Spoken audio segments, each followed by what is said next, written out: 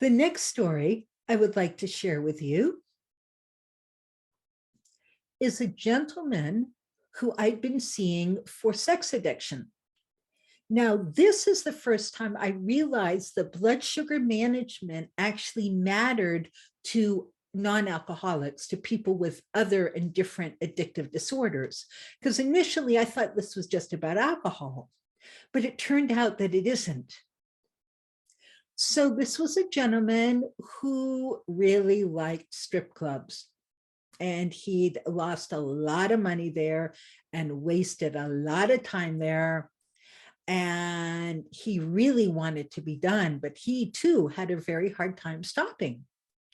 And so I'd been seeing him for about 3 months, and I got him on amino acid therapy, and I got him eating protein every 4 hours, and he was doing beautifully until one Monday morning, he crawled into my office, shame dripping off him. Poor guy. And I immediately knew that something had happened. And I said, what's wrong? He said, Saturday afternoon, the craving just came out of the blue. I don't know how, but I found myself in my strip club. And again, I shared with him that cravings never come out of the blue. And I invited him to share with me what the rest of his day had looked like. Well, it turned out that his phone had rung at 7:30 in the morning, waking him out of a deep sleep, startling him. And it was his boss saying that there was an emergency at work and could he please rush in immediately. Now, typically he didn't work on Saturdays. And so he threw clothes on and raced to his place of employment. He didn't eat any breakfast. He didn't take any of his amino acids. He didn't stick any in his pocket either. And here he is at work, 8 o'clock in the morning. And around 11 o'clock, thoughts of his strip club just started dancing through his mind. Just started dancing. And he tried to ignore him, tried to push him away. He didn't stop to eat. He didn't take any glutamine. He just thought that he could ignore them and they'd go away. Well, as we well know, that didn't happen. He worked through lunch. And at 2 o'clock, he got off work.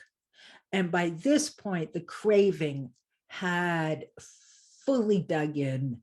And all he could think about was getting to a strip club. So I went, was there for a couple of hours, left, realized he was starving, and went to McDonald's and ate. So at that point, I stopped him and I said, what do you think would have happened if you'd gone to McDonald's first? And he stopped and he looked at me and he said, oh, I would have just gone home. So you see, and he and I talked about this, if he had had a snack at 11 o'clock when the thoughts were just wandering through, he most likely would have been able to offset this. Or if he'd had 1,000 milligrams of the amino acid L-glutamine, which actually provides fuel to the prefrontal cortex, again, he would have been able to avoid this. But with a starving brain, dysregulated, prefrontal cortex offline, no access to willpower, he caved. And he said,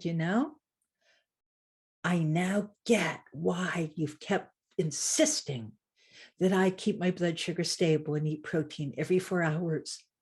I mean, I believed you and I liked the results, but I didn't get it before.